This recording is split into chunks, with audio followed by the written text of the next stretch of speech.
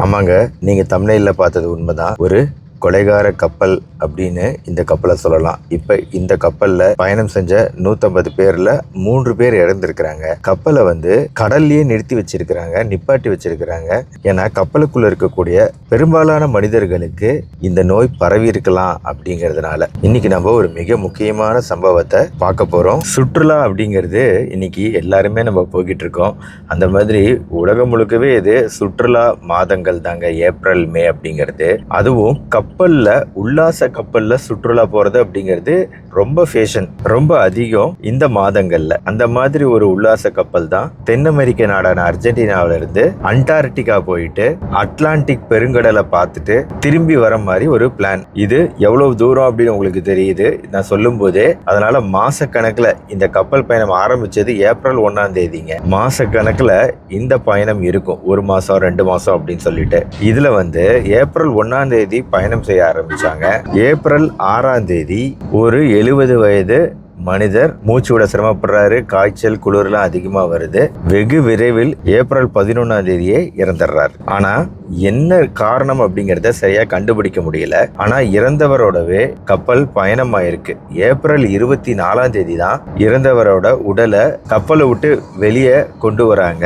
கூடவே அவரோட மனைவி 69 வயது பெண்மணி அவங்களும் இறங்குறாங்க. ஆனா இந்த பெண்மணிக்கும் கப்பல்ல இறந்த அவர் கணவரோடவே பயணம் பண்ணதுனாலேயோ என்னவோ அவங்களுக்கு இதே மாதிரி சளி, காய்ச்சல், இருமல், அதுக்கப்புறம் மூச்சு விடும் தொந்தரவுன்னு ஆரம்பித்து 24ஆம் தேதி பாடியை இறக்குறாங்க. அவங்க விமானத்தில் உடம்பை சவுத் ஆப்பிரிக்காவுக்கு கொண்டு போய்கிட்டு இருக்கும்போது இந்த பெண்மணியும் விமானத்தை விட்டு இறங்கி அந்த சவுத் ஆப்பிரிக்காவோட விமான நிலையத்திலேயே கொலாப்ஸ் ஆகி இறந்துடுறாங்க. அடுத்து ஒரு பிரிட்டிஷ்காரரு கப்பல்ல இருக்கக்கூடியவர், அவருக்கு அதிக காய்ச்சல், மூச்சு விடும் தொந்தரவு, நிமோனியா தாங்க. இதெல்லாம் எப்படி கொரோனா வைரஸ்ல ஒரு நிமோனியா வந்துச்சு அதே மாதிரி ஒரு நிமோனியா காய்ச்சல் மாதிரி ஹை ஃபீவரோட வருது. சில பேருக்கு இந்த மாதிரி மூச்சு விடும் தொந்தரவை அதிகப்படுத்துது. அவரை ஏப்ரல் 27ஆம் தேதி மறுபடியும் 2 நாள் கழிச்சு அவரு இறங்குறாரு. அவரும் பக்கத்துல சவுத் ஆப்பிரிக்கா தான் இருக்குங்கிறதுனால சவுத் ஆப்பிரிக்காவோட ஹாஸ்பிட்டலுக்கு கூட்டிட்டு போகப்படுறாரு. அடுத்து ஜெர்மனியை சேர்ந்த ஒரு பெண்மணி கப்பல்ல இருக்கிறவங்க 3வது இறப்பு. கேப் வர்டே அப்படிங்கிற இடத்துக்கிட்ட அவங்களுமே காய்ச்சல், இருமல் நிமோனியா மாதிரி கரெக்டா காய்ச்சல் 4வது நாள் இவங்க எல்லாருமே இறக்குறாங்க. இப்போ கேப் வர்டேல கப்பலை நிறுத்தியாச்சு. இப்பயாவது அவங்களுக்கு புத்தி வந்துச்சுங்கிற மாதிரி தான். என்ன ப்ராப்ளம் அப்படிங்கிறத டெஸ்ட் பண்ணி பார்த்துக்கிட்டே இருக்கிறாங்க.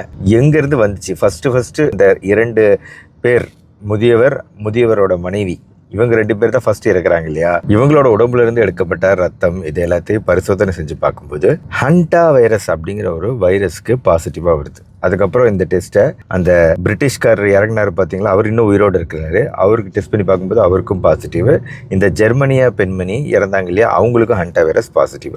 ஆக ஒரு வைரஸ் கப்பலுக்குள்ள சுத்திட்டு இருக்கு. கப்பலை மறுபடியும் நிலப்பரப்புக்கு கொண்டு வரல, கடல்லையே நிறுத்தி வச்சிருக்கிறாங்க. எல்லாருக்கும் டெஸ்ட் பண்ணிக்கிட்டு இருக்காங்க. ஆக சந்தேகம் என்ன அப்படின்னா, இந்த முதல்ல இருந்தவங்க இவங்க பேர்டு வாட்சிங் சொல்லிட்டு பறவைகள் எல்லாம் பைனாக்குலரில் பார்க்கறதுங்கிறது ஒரு பெரிய பொழுதுபோக்குங்க. இந்த பொழுதுபோக்குக்காக அவங்க ஒரு பார்க், நேஷனல் பார்க்குக்கு போயிருக்கிறாங்க.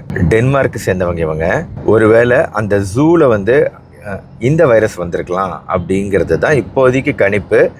அதுக்கப்புறம் அவங்க கப்பலில் ஏறி இருக்கிறாங்க. கப்பலில் ஏறி அவங்களுக்கான காய்ச்சல் இதெல்லாம் வரும்போது யாருக்கும் கொரோனா மாதிரி ஒரு வைரஸ் இது பரவக்கூடியது அப்படிங்கிறது தெரியல. இன்ஃபேக்ட் ஹண்டா வைரஸ் அப்படிங்கிறதே விலங்குகளில் தான் இருக்கும், குறிப்பாக எலிகளில் தான் அதிகமாக இருக்கும். மனுஷன் பரவனதாக இது வரைக்கும் ரிப்போர்ட்டே கிடையாது. இப்போ தான் ஃபஸ்ட்டு டைம் மனுஷங்கிட்டேருந்து மனுஷங்களுக்கு பரவிருக்கக்கூடிய வாய்ப்பு இருக்குங்கிறதே ஃபஸ்ட்டு இந்த கப்பலில் நடக்கக்கூடிய பிரச்சனைகள் மூலமாக தான் தெரிய வருது. இன்னமும் கப்பல் கடலில் தான் இருக்குது, இன்னும் நிலப்பரப்பை கொண்டு வரல. இறந்த அந்த ஜெர்மானிய பெண்ணோட உடல் இன்னும் கப்பலில் தான் இருக்குது. இன்னும் அடுத்தடுத்த அப்டேட்டுகள் வரும் என்னங்கிறத சொல்கிறேன். பட் இருந்தாலும் பாருங்கள், ஒரு சின்ன ஏதோ ஒரு நாட்டில், ஒரு தென் அமெரிக்க நாட்டில் ஏதோ ஒரு இடத்த ஜூவில் எங்கிருந்தோ வந்த ஒரு வைரஸ், உலகத்தோட ஏதோ ஒரு மூலையிலேருந்து வந்த வைரஸ் ஒரு கப்பல் பயணம் மூலமாக இப்போ ஜெர்மனி, பிரிட்டன், தென் அமெரிக்கா, இந்திய பயணிகள் அந்த 150 பேரில் இருக்காங்களான்னு தெரியல, இருந்தால் இந்தியா அப்படின்னு எல்லா பக்கமும் ஒரே நேரத்தில் டக்குன்னு பரவக்கூடிய வாய்ப்பு இருக்குங்க. சுற்றுலா அப்படிங்கிறது மிகப்பெரிய பிரச்சனைகளை உள்ளடக்கியது அப்படிங்கிறது நம்ம புரிஞ்சுக்கிட்டு வெளியிடங்கள்ல மாஸ்க் போட்டுக்கிட்டு போங்க. இந்த ஒரு மெசேஜ் மட்டும் முடிஞ்ச அளவு கடைபிடிங்க.